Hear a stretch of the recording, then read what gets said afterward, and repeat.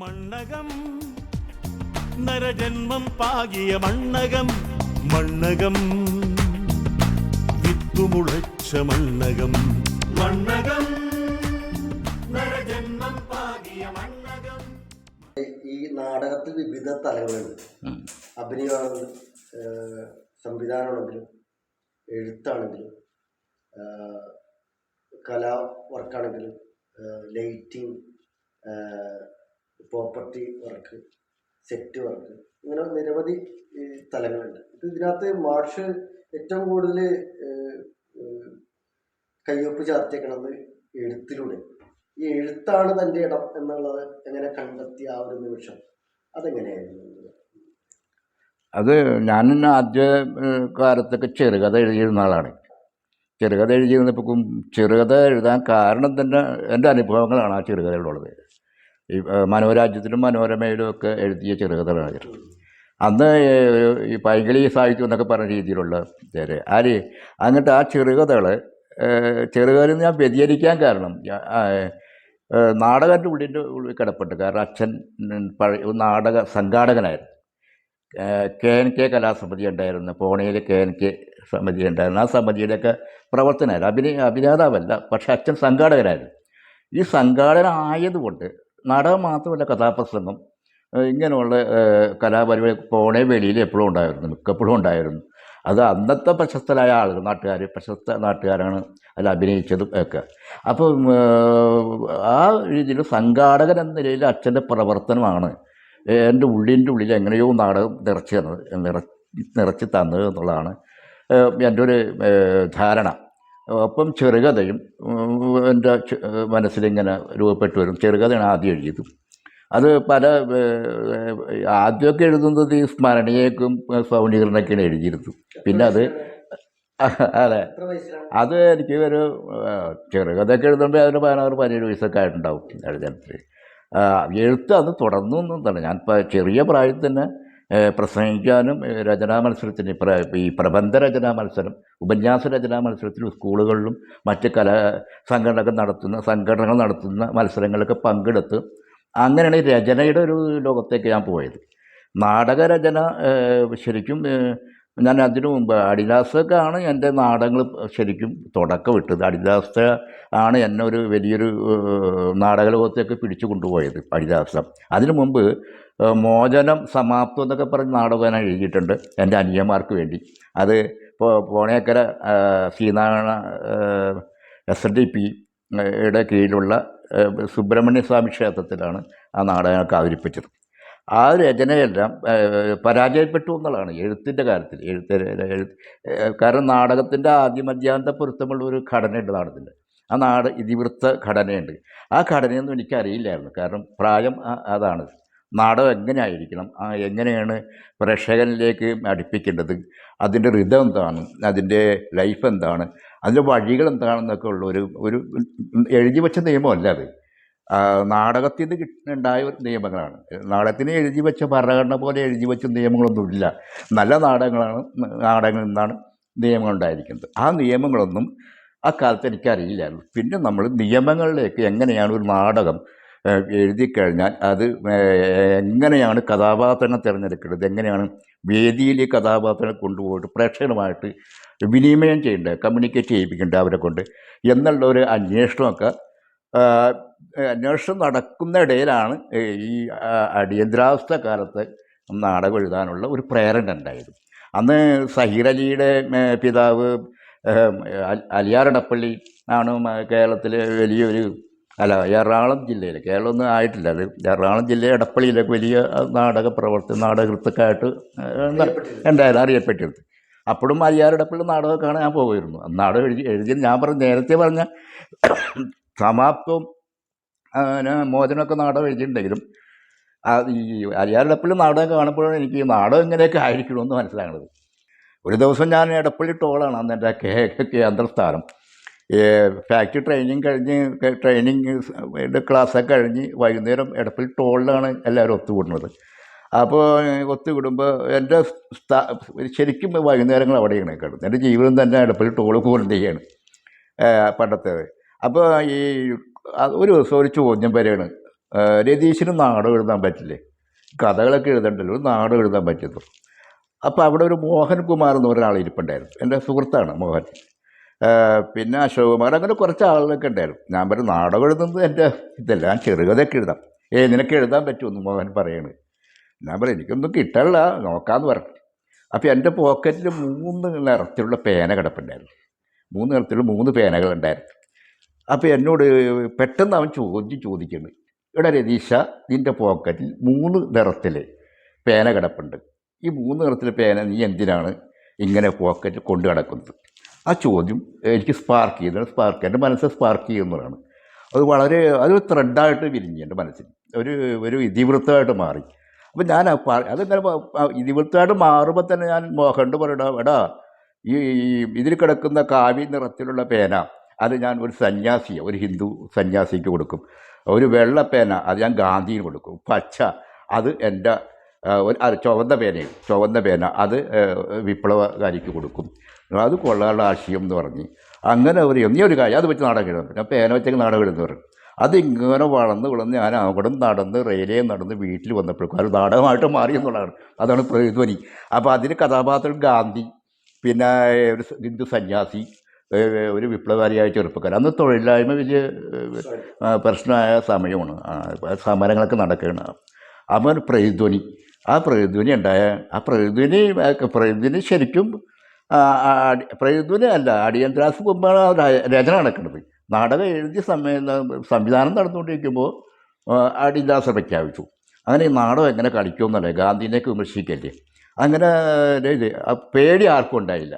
വരാപ്പുഴ ഒരു നാടക മത്സരം, അവിടെ സ്ക്രിപ്റ്റ് കൊണ്ട് കൊടുക്കുകയാണ്. എൻ്റെ ആദ്യത്തെ നാടകം എന്ന് പറയാം, മത്സരനാടകം.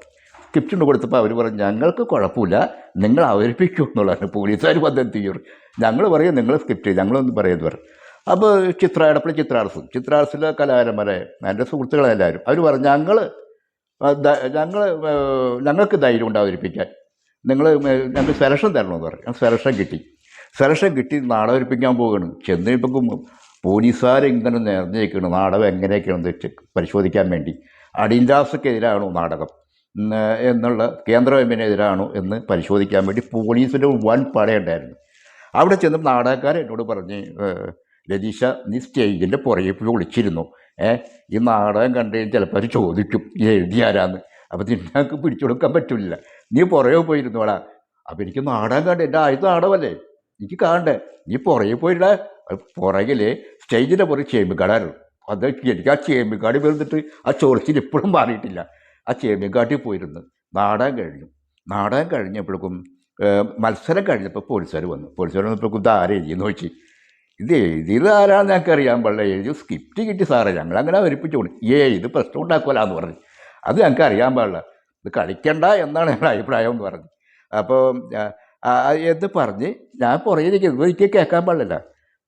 നാടകം അന്ന് സംഭവിച്ചത്, നാടകത്തിന് നല്ല സെറ്റ് KSRTC ഒരു ആർട്ടിസ്റ്റായ ഒരു സ്റ്റാഫ് അവിടെ കായംകുളത്തുകാരൻ അവിടെ എടപ്പള്ളി ടോളിൽ താമസിക്കേണ്ടായിരുന്നു. അയാൾ വരച്ച സെറ്റ് ഉണ്ടായിരുന്നു. ആ നാടകം അവതരിപ്പിച്ചുകൊണ്ടിരിക്കുക സെറ്റ് മറിഞ്ഞു വീണു. അങ്ങനെ നാടകത്തിന് സമ്മാനം കിട്ടിയില്ല. അത്ഭുതം അതല്ല, പിറ്റേ ദിവസം നാടക മത്സരത്തിൽ പങ്കെടുക്കും. പിറ്റേ ദിവസം ഇവിടെ പുതിയ റോഡ് പാലാഘട്ടം പുതിയ റോഡ് മത്സരം, അരിസി അശോകൻ്റെ ചേട്ടൻ രാജനല്ല അരിസി അശോകൻ്റെ ചേട്ടനെ കൂടി നടത്തിയ ഒരു നാടക മത്സരമാണ് നമുക്ക്. അന്ന് ഈ നാടകം കളിച്ച് അവിടെ പോലീസുകാരുണ്ടായെങ്കിലും പിടുത്തമൊന്നും ഉണ്ടായില്ല. അത് ഞാൻ പോയി, അവിടെ നാടകത്തിന് 1ാം സമ്മാനം കിട്ടി. പിന്നെ ആ പ്രതിധ്വനി നാടകം കേരളം മുഴുവൻ എവിടെ പോയി കളിച്ചാലും നാടകത്തിന് രചന, സംവിധാനം, നടൻ, നല്ല അവതരണം, ഇങ്ങനെ സമ്മാനങ്ങൾ കിട്ടിക്കൊണ്ടിരുന്നു. പക്ഷേ ആ നാടകം തൃശ്ശൂർ കൊരട്ടി യമുന ത്രെഡ്സ് പറഞ്ഞ കമ്പനി ഇപ്പില്ല. ആ കമ്പനി എല്ലാ കൊല്ലവും കമ്പനിയിലുള്ള യൂണിയൻ, പ്രധാനപ്പെട്ട യൂണിയൻകാർ എല്ലാ കൊല്ലവും നാടകമത്സരം നടത്തും. അവരുടെ വാർഷികത്തിൽ നാടകമത്സരം നടത്തും. ആ വർഷം ഈ പ്രതിധ്വനി സ്ക്രിപ്റ്റ് കൊടുക്കുകയാണ് കൊരട്ടിയിലൊക്കെ. അല്ലാണ്ട് പാഴ്സൽ പോസ്റ്റൊക്കെ അല്ല, ഒരു ടൈം ഉണ്ടല്ലോ. കൊടുത്തപ്പോഴേക്കും സ്ക്രിപ്റ്റ് പരിശോധിക്കണമെന്ന് പറഞ്ഞ പോലീസുകാർ എല്ലാ സ്ക്രിപ്റ്റും. അങ്ങനെ തൃശ്ശൂർ SP ഒരു ജോർജ് ജോൺസ്, അങ്ങനത്തെ ഒരു പേരായിട്ട് ഞാൻ ഓർക്കുള്ളത്, അദ്ദേഹമാണ് വന്നത് പരിശോധിക്കാൻ. നാടകം മാറ്റിവെക്കാൻ പറഞ്ഞു. അന്ന് ലാൻഡ് ഫോണാണല്ലോ. സംഘാടകർ ചിത്രാർട്സിൻ്റെ ആൾക്കാർ വിളിച്ചു, നാടകം പ്രശ്നമിട്ടാൽ പോലീസുകാർ സമ്മതിക്കൽ മാറ്റിവെക്കാൻ പറയും. നിരോധിച്ചെന്ന് പറയാമെന്ന് പറഞ്ഞു. നാടകം കളിച്ച ആളെ പിടിക്കുമെന്ന് പറയുന്നുണ്ട്. ഞങ്ങൾ അഡ്രസ്സ് കൊടുക്കുകയും ചെയ്തു. മാറാൻ പറയാൻ പറഞ്ഞു. അങ്ങനെ ഞാൻ എനിക്കിത് വിവരം കിട്ടിയ ഉടനെ തന്നെ നമ്മുടെ ചിത്രാസിലെ കലാകാരന്മാർ രജിസ്റ്റർ മാറിക്കുമെന്ന് പറഞ്ഞു. ഞങ്ങളപ്പോൾ ഈ പോലീസ് അസോസിയേഷൻ്റെ സ്ഥാപക നേതാവ് ജോയ് ഫ്രാൻസിസ് ജോയിച്ചേട്ടൻ അടുത്ത് നിന്ന് ജോയിച്ചേട്ടൻ പറഞ്ഞു രജിസ്റ്റർ മാറിക്കോട്ടെ കുറച്ച് കാലത്തേക്ക് ഞാനത് ഒക്കെ ചെയ്തു തരാം, രജിസ്റ്റർ മാറി എന്നോളാൻ പറഞ്ഞു. അങ്ങനെ എന്നെ അന്വേഷിച്ച് എടപ്പള്ളി ടോള് എടപ്പള്ളി രജിസാഫിലൂടെയൊക്കെ ഞാനും കിട്ടും. ആഷിക്കപ്പൂൻ്റെ ബാപ്പ ബാബുക്കൊക്കെ ആയിട്ട് അന്ന് രജിസാഫിയുടെ കമ്പനി ഞങ്ങൾ പുകവലിച്ചൊക്കെ ഇരിക്കണത്. അവിടെയൊക്കെ വന്നിട്ട് മുന്നിൽ ഞാൻ പോലീസുകാരുടെ മുന്നിൽ പെട്ട് എന്നെ പിടിക്കാൻ പറ്റില്ല. കാരണം എന്നെ അറിയാൻ പാടില്ല. അന്ന് ഫോട്ടോ വെച്ച് പരിശോധന ഇല്ലല്ലോ, ആരും പറഞ്ഞു കൊടുക്കുകയില്ല. ഇതറിയാം ആളുകൾക്ക്. ഞാൻ പിന്നെ അമ്മാവൻ്റെ വീട്ടിൽ പോയി ഒരു 3 മാസം താമസിച്ചു. പിന്നെ ജോയിച്ചേട്ടൻ ഇങ്ങനെ അന്വേഷിക്കാൻ തുടങ്ങിയപ്പോൾ ഞങ്ങളത് വിട്ടെന്ന് പറഞ്ഞപ്പോൾ എന്നോട് ജോയിച്ചേട്ടൻ പറഞ്ഞ് പുറത്തിറങ്ങിക്കോളാൻ പറഞ്ഞു. അങ്ങനെയാണ് ഞാൻ പുറത്തിറങ്ങിയത്. പിടിച്ചെങ്കിൽ പിന്നെ അറിയാമല്ലോ കാര്യത്തിൽ. അപ്പോൾ ആ പ്രതിധ്വനി നാടകം. അപ്പോൾ അതിൽ നിന്ന് എനിക്ക് രചന എങ്ങനെയായിരിക്കും, എങ്ങനെയുള്ള ഒരു നാടകത്തിലൂടെ നമുക്ക് നാടകത്തിൻ്റെ പരിസരം മാത്രമല്ല, നാടകത്തിലൂടെ നമുക്ക് എങ്ങനെയാണ് പ്രേക്ഷകനെ പഠിപ്പിക്കുക എന്നുള്ളത്, പ്രേക്ഷകനോട് പറയാൻ എങ്ങനെ പറ്റും എന്നുള്ളൊരു പാഠം, ഒരു രംഗപാഠം എഴുതാനുള്ളൊരു പാഠം എനിക്ക് പ്രതിധ്വനി എന്ന നാടകത്തിലൂടെ കിട്ടി എന്നുള്ളതാണ്. കാരണം അതിനെക്കുറിച്ച് നാടക മത്സരം കഴിയുമ്പോൾ ജൂറിമാർ അതിനെക്കുറിച്ച് വിലയിരുത്തി സംസാരിക്കുമ്പോൾ നാടകം ഇങ്ങനെയായിരിക്കണം, അല്ലെങ്കിൽ ഒന്നും കൂടി ഇങ്ങനെ ആകണം എന്നുള്ള പാഠങ്ങൾ നമുക്ക് കിട്ടിക്കൊണ്ടിരുന്നു. ഏതാണ്ട് ഒരു 80-83 മത്സരവേദിയോ നാടകം അവതരിപ്പിച്ചിട്ട് കേരളം മുഴുവൻ നടന്ന്. അത് വലിയ ഞാനും അതിൻ്റെ കേരളം മുഴുവൻ്റെ ഒപ്പം യാത്രയാവില്ല. അത് നല്ല യാത്ര. അതൊക്കെ പറഞ്ഞു കഴിഞ്ഞാൽ ഇപ്പോൾ ഇതിങ്ങനെ സമയം ഒരുപാട് എടുക്കും. ഇടിക്ക് പോകേണ്ടതെന്നുള്ള ഒരുപാട് പാഠങ്ങൾ എനിക്ക് കിട്ടി. ആ പാഠങ്ങൾ വഴിയാണ് ഇന്ന് വരെ ഞാൻ എഴുതിക്കൊണ്ടിരിക്കുന്നത്. എഴുത്ത് മാത്രമല്ല, നാടകം സംവിധാനം ചെയ്യുകയും ചെയ്യും. ഈ കുട്ടികളുടെ നാടക കളരിനെ കുറിച്ച് ഇപ്പോൾ മാഷ് FB ഇങ്ങനെ കുറിക്കാറുണ്ട്. കുട്ടികളെ തുമ്പുകളെ കൊണ്ട് കല്ലെടുപ്പിക്കുന്നു എന്ന് പലപ്പോഴും അത് പറഞ്ഞിട്ടുണ്ട്. ഇപ്പം ഞാനും കുട്ടികളുടെ ക്യാമ്പ് എടുക്കാൻ പോകുന്ന ആളാണ്. ഇപ്പോൾ അപ്പോൾ കുട്ടികളെ എങ്ങനെയാണ് നാടകത്തിലേക്ക് കൊണ്ടുവരേണ്ട എന്നുള്ളൊരു ആശയമുണ്ടല്ലോ, അതൊന്ന് പങ്കുവെക്കാം. എനിക്ക് ഏറ്റവും ഇഷ്ടപ്പെട്ട ഒരു കാര്യമാണ് നാടക പ്രവർത്തനത്തിൽ എനിക്ക് ഏറ്റവും ഇഷ്ടപ്പെട്ട ഒരു പ്രവർത്തനം കുട്ടികളുടെ നാടകമാണ്. കുട്ടികളെ നാടകം പഠിപ്പിക്കുക എന്നുള്ളത്. അത് ഞാൻ കുട്ടികളെ നാടകം പഠിപ്പിക്കുന്നത് നമ്മൾ ഒരു ശിക്ഷണ മനോഭാവത്തോടെ അല്ല. നമ്മൾ നാടകത്തിൻ്റെ കഥ ആദ്യം പറഞ്ഞു കൊടുക്കും. കഥാപാത്രങ്ങളുടെ രീതിയും കഥാപാത്രങ്ങൾ എങ്ങനെയാണ് രംഗത്ത് വരുന്നത്, എങ്ങനെയാണ് പോകുന്നത്, എങ്ങനെ നിൽക്കണം എന്നൊക്കെ പറയും. കഥാപാത്രങ്ങളുടെ തന്നെ ഒരു ജീവിതം പറഞ്ഞു കൊടുക്കും. അവർക്കുള്ള അനുഭവങ്ങൾ, കഥാപാത്രങ്ങളുടെ ജീവിതാനുഭവങ്ങൾ, ആ കഥാപാത്രങ്ങൾ വേറൊരു കഥാപാത്രത്തെ അഭിമുഖീകരിക്കുമ്പോൾ ഉണ്ടാകുന്ന വ്യത്യസ്തമായ റിയാക്ഷൻസ്, മനസ്സിലിങ്ങനെ ഉറഞ്ഞു കൂടുന്ന വികാരങ്ങളൊക്കെ ഉണ്ട്. ശത്രുവിനെ കാണുമ്പോൾ ഉണ്ടാകുന്നൊരു വികാരം, അല്ലെങ്കിൽ അമ്മ എന്നൊരു കഥാപാത്രം കാണുമ്പോൾ മകനുണ്ടാകുന്ന ആ വികാരം, അങ്ങനെ വൈകാരിക അനുഭവങ്ങളുടെ ഒരു പാഠങ്ങൾ, ആ പാഠങ്ങൾ കുട്ടികൾക്ക് പറഞ്ഞു കൊടുത്തിട്ടാണ് റിഹേഴ്സൽ പോകുന്നത്. കഥയൊക്കെ പറഞ്ഞു കൊടുത്തിട്ട് എന്നിട്ട് ഈ കഥ പറയുമ്പോൾ തന്നെയും ഈ കഥയുടെ ആദ്യത്തെ ഒരു കഥയിലൊരു ആമുഖ ജീവിതം ഉണ്ടാകും. അപ്പോൾ ആ ആമുഖ ജീവിതത്തിൽ കുട്ടികൾ പതുക്കെ കൊണ്ടുവന്നിട്ട് ഇതാണ് ഈ നാടകത്തിൻ്റെ യഥാർത്ഥ ജീവിതം എന്ന് പറഞ്ഞ് എന്നിട്ട് റിഹേഴ്സലിൽ പോയാണ്. രസം അതല്ല, കുട്ടികളോട് ഒരു ആശയം പറഞ്ഞു കൊടുത്താൽ കുട്ടികൾ ഇങ്ങനെ നോക്കി നിന്നിട്ട് നമ്മൾ കണ്ണിൽ മനസ്സിലേക്ക് നോക്കി മുഖത്തൊക്കെ നോക്കി നിന്നിട്ട് അത് അനുകരിക്കാൻ ശ്രമിക്കുക എന്നുള്ളത്. അപ്പോൾ ഞാൻ പറയും, അങ്ങനെ നിങ്ങൾ അനുകരിക്കേണ്ട, ഞാൻ പറഞ്ഞത് നിങ്ങൾ മനസ്സിലിട്ട് ഒരു ഇത് പറഞ്ഞിട്ട് നിങ്ങളുടെ മനസ്സിലെ കണ്ണാടിയുണ്ട്, ആ കണ്ണാടി കണ്ടിട്ട് നിങ്ങൾ അഭിനയിച്ച് കാണിക്കുക. എന്നെ അനുകരിക്കേണ്ട, എൻ്റെ നടപ്പൊന്നും നിങ്ങൾ അനുകരിക്കേണ്ട. നിങ്ങൾ കഥാപാത്രം ഇങ്ങനെ നടക്കുന്നത്.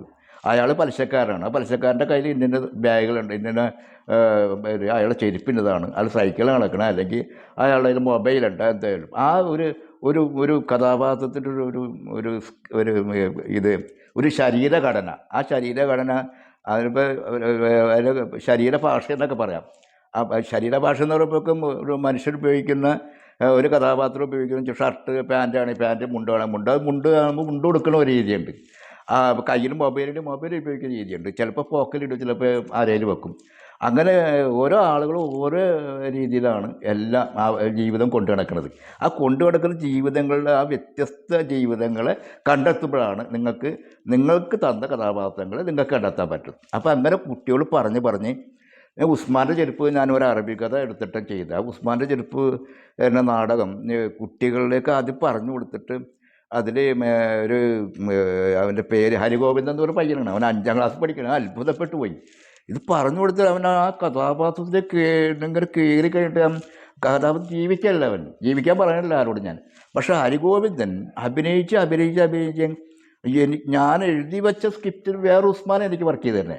ഞാൻ അപ്പോഴും കുട്ടികളോട് പറയണേടും ഞാൻ പറഞ്ഞിരുന്നു, മക്കളെ ഞാൻ പറഞ്ഞ കഥാപാത്രമല്ല, നിങ്ങൾ കഥാപാത്രത്തെ മറികടക്കണം, മാഷിനെ മറികടക്കണം, യതീശ മാഷിനെ മറികടന്നിട്ട് നിങ്ങൾ അഭിനയിക്കണം. അങ്ങനെ ഹരിഗോവിന്ദൻ ഇങ്ങനെ ഉസ്മാനെ ഇങ്ങനെ ദൃഢീകരിക്കുകയും പിന്നെ ലളിതവൽക്കരിക്കുകയും പിന്നെ ബലപ്പെടുത്തി, പിന്നെ അതിൻ്റെ ഒരു വലിയ സ്വാതന്ത്ര്യത്തിൻ്റെ ഒരു വഴികളൊക്കെ കണ്ട്, പിന്നെ സൗമ്യഭാവങ്ങൾക്ക് ഒരു വ്യത്യസ്തമായ നവരസങ്ങൾ തന്നെ പറയാം. നവരസങ്ങൾ ഇടയ്ക്കിടയ്ക്ക് നവരസങ്ങൾ കൂടി കുട്ടികൾ പറഞ്ഞു കൊടുക്കും.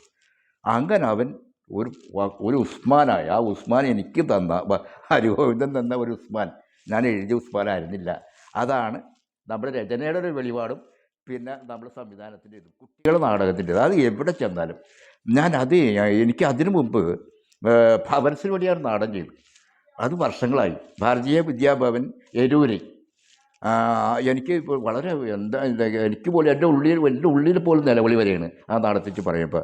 ഒരു അഭയാർത്ഥി ക്യാമ്പാണ്. അഭയാർത്ഥി ക്യാമ്പിൽ കുട്ടികൾ സ്നേഹത്തോടെ കഴിയുന്ന ഒരു അഭയാർത്ഥി ക്യാമ്പാണ്.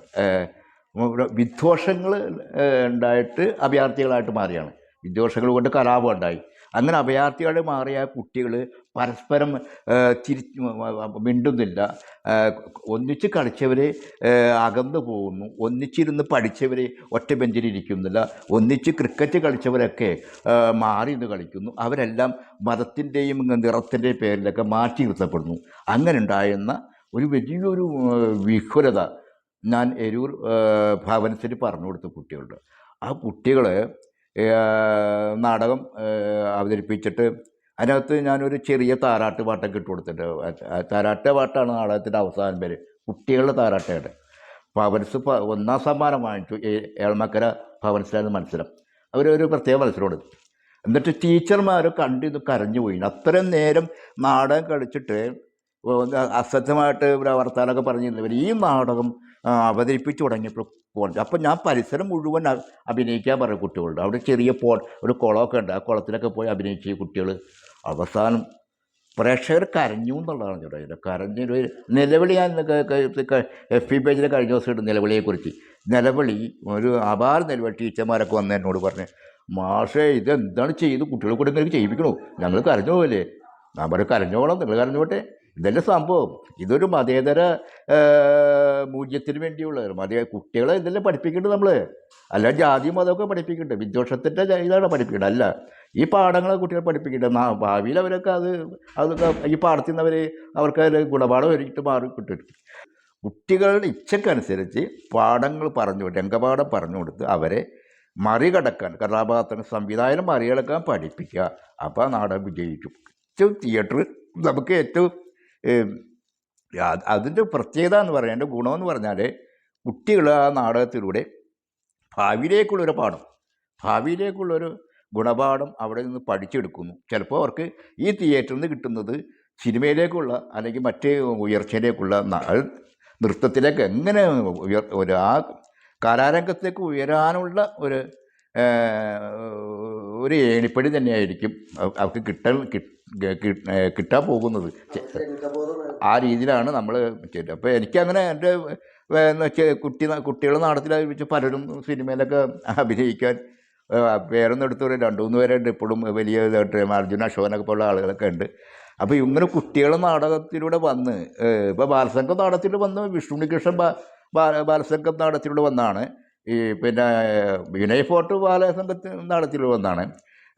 പിന്നെ ഒരുപാട് പേരുണ്ട്, പ്രശസ്ത നടികൾ ചിലവരൊക്കെ ഉണ്ട്, പേരൊന്നും പറയണ്ട. അവരെല്ലാം ബാലസംഘത്തിലൂടെ വന്നാണ്, കുട്ടികളെ തിയേറ്ററിലൂടെ വന്നാണ്. പിന്നെ ഇവൻ ഒരു തൃപ്പൂണിത്തുറ ഒരു നൃത്തത്തിൻ്റെ അതിൻ്റെ പേര് ഓർക്കണം. പക്ഷെ അവൻ ഇന്ന് സിനിമാ നടികൾ വരും നൃത്തം പഠിപ്പിക്കുന്ന ബാലസംഘത്തിലുണ്ടായിരുന്നാലും നാടകത്തിന് പോകുന്നില്ല. അവൻ നല്ല അഭിനയമായിരുന്നു. അങ്ങനെ ഈ കുട്ടികൾ തിയേറ്ററിൻ്റെ പ്രത്യേകതയാണ്. അവർ ശരിക്കും പഠിച്ചു കഴിഞ്ഞാലുണ്ടല്ലോ അത് അതിൻ്റെ ഉള്ളിലിരിക്കും, അതവർ പിന്നെ പ്രയോഗിക്കുകയും ചെയ്യും. മണ്ണകം വിട്ടുമുളച്ച മണ്ണകം.